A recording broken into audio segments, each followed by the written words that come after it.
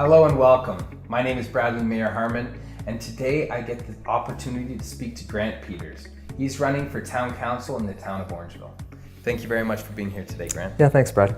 So today I wanted to talk to you about a topic that is very well known and discussed quite often in Orangeville, which is property taxes. As you know, this is an ongoing point of contention, and there's a lot of people who feel that taxes are too high. So the question is, how would you propose you're going to address this if elected? And if you're planning on increasing revenue, possibly, where are you going to find the revenue? Or if you're thinking about how you're going to reduce expenses, where are you going to make cuts? Yeah, it's an excellent question, and it's the number one concern when you're speaking to people in this town, right? But taxes themselves are not a singular issue, as you know. It's composed of hundreds and hundreds of line items. Orangeville has the benefit of a lot of great amenities and services that you don't find in a town of this size everywhere in Ontario. And those are the amenities and services that people are used to and the ones that make it such a great town. And why I love it and my family and all my friends and colleagues. So we want to keep as much of that as possible, obviously. But there's only about 11,000 households to share that tax burden and that spending. So other municipalities have double, triple, quadruple that number. They can spread it out a bit, and their taxes don't look as dramatic on that bill that they get every month from the town. So, as you said, it's an equation between what comes in and what goes out. So, on the spending side, we need to look for ways to optimize the facilities that we have. Are we overspending in some areas in terms of operating hours or the way contracts are put together, the way tenders are structured? On the flip side, are there ways to bring in that revenue?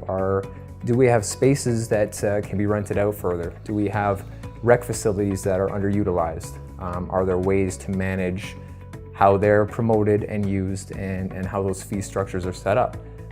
Good example is the library. It has agreements with neighboring municipalities in terms of their service.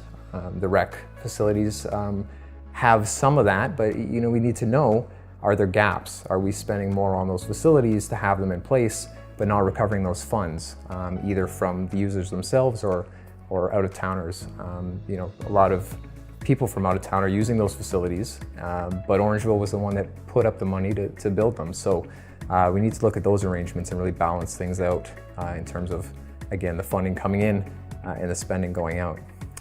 But all in all, we have a lot of great amenities and services, our recreation, our transit, our library, even town hall is gorgeous, Broadway is gorgeous, that sort of thing. So people don't want to lose that, and I certainly don't want to make any big cuts to any of those services and amenities. But we need to do that balancing act. And the only other thing we can do really is to look at the business side of things. We moved our business up here for the lifestyle, but the way business is evolving, there's a lot more opportunities for people to work out of smaller offices or remote offices. And if we can attract some of those businesses up in our direction, say put together a panel, look for firms that have some risk capital that they're be willing to invest. And then going back to the marketing angle, how do we get people up here interested in the town for tourism, for business? Because those are things that are going to offset the amount that the average taxpayer has to pay.